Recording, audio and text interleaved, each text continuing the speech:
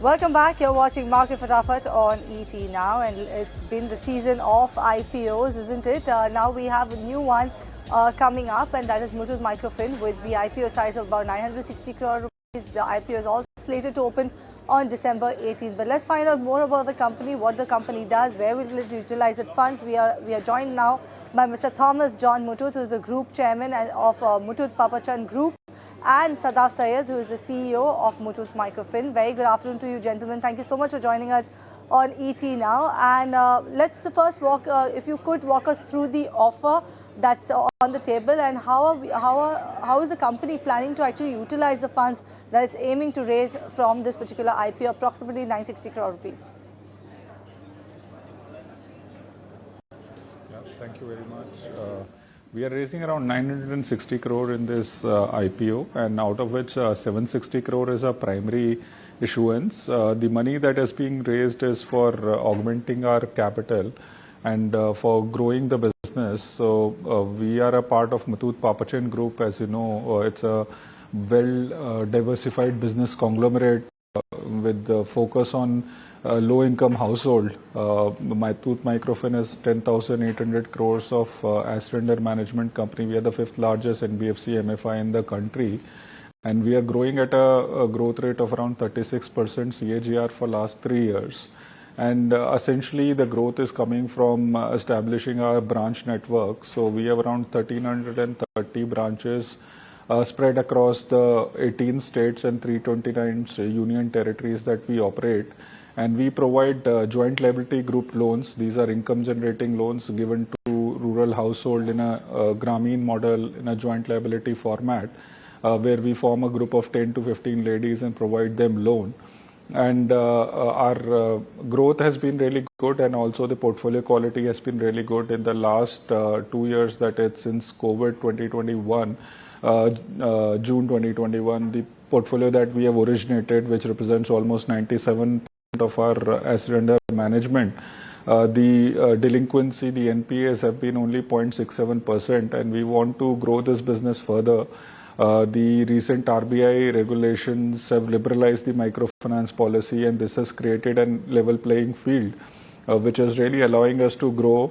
And this capital is essentially needed for that growth. It will support our growth, and we'll continue to focus on the financial inclusion agenda, which is reaching out to more rural household in the economically weaker section of the society, and provide them loans which serve their needs. So we are different from other microfinance organization in a sense that, one, we come from a well-established brand name, Muthoot Pappachan Group, which is there.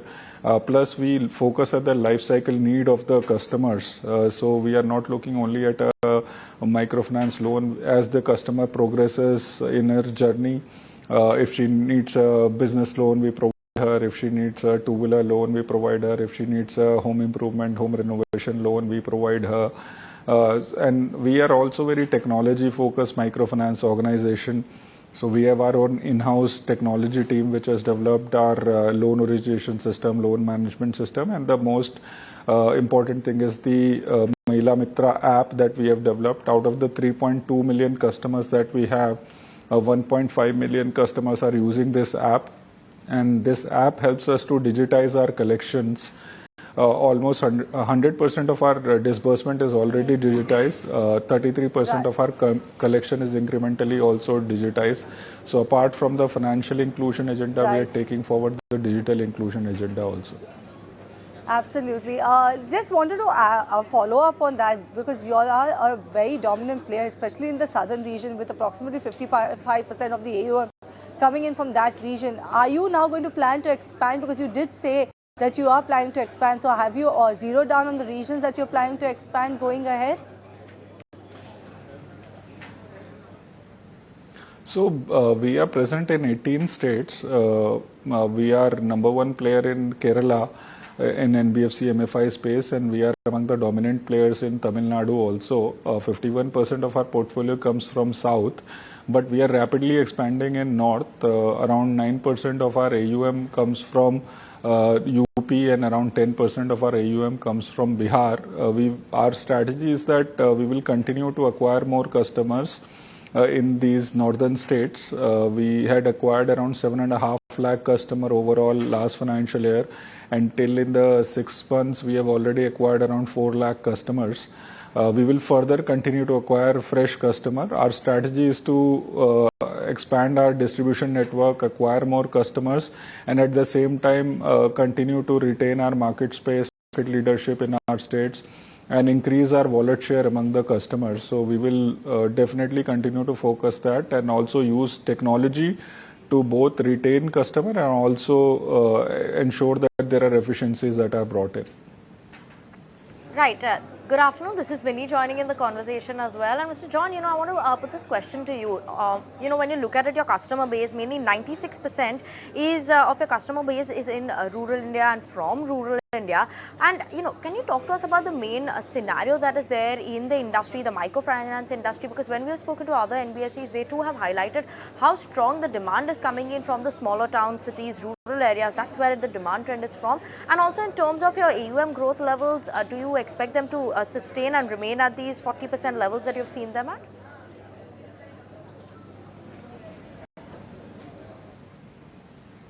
So if I can take that question, we have grown at a 36% CAGR, and if you look at the industry, the growth has also been there in the same range.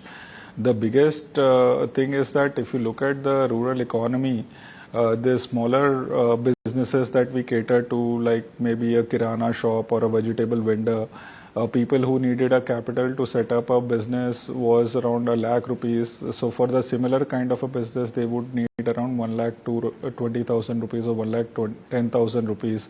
So that is where the demand is coming from, because of a little bit of inflation and increase in prices. Of course, their revenue has also increased, but they need more capital. So that is where the demand is coming from.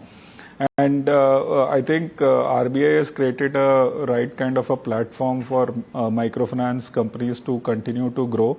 In the recent policy change where they have liberalized the income levels of the household, earlier there was target segment was income of 1,25,000 rupees per rural household. Now that has been liberalized to around 3 lakh rupees per household.